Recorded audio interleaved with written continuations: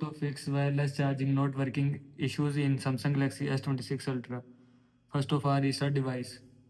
Swipe down, open quick setting panel, click on power off button icon, click on restart, again click on restart, restart your phone. Now go back. After that, enable wireless fast charging.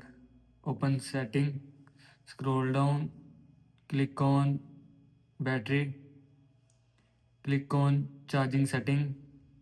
Now here you will see fast wireless charging, and if you want to enable fast wireless charging, then turn on this button. After turning on this button, enable fast wireless charging from your phone. Now go back.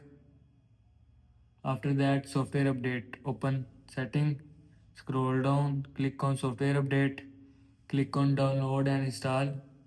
Now here you will see update option, and if you want to update software, then click on update. After click on update, your phone software will be updated from your phone. This is how you can fix wireless charging not working issues in Samsung Galaxy S26 Ultra. I hope you like this video and thanks for watching this video.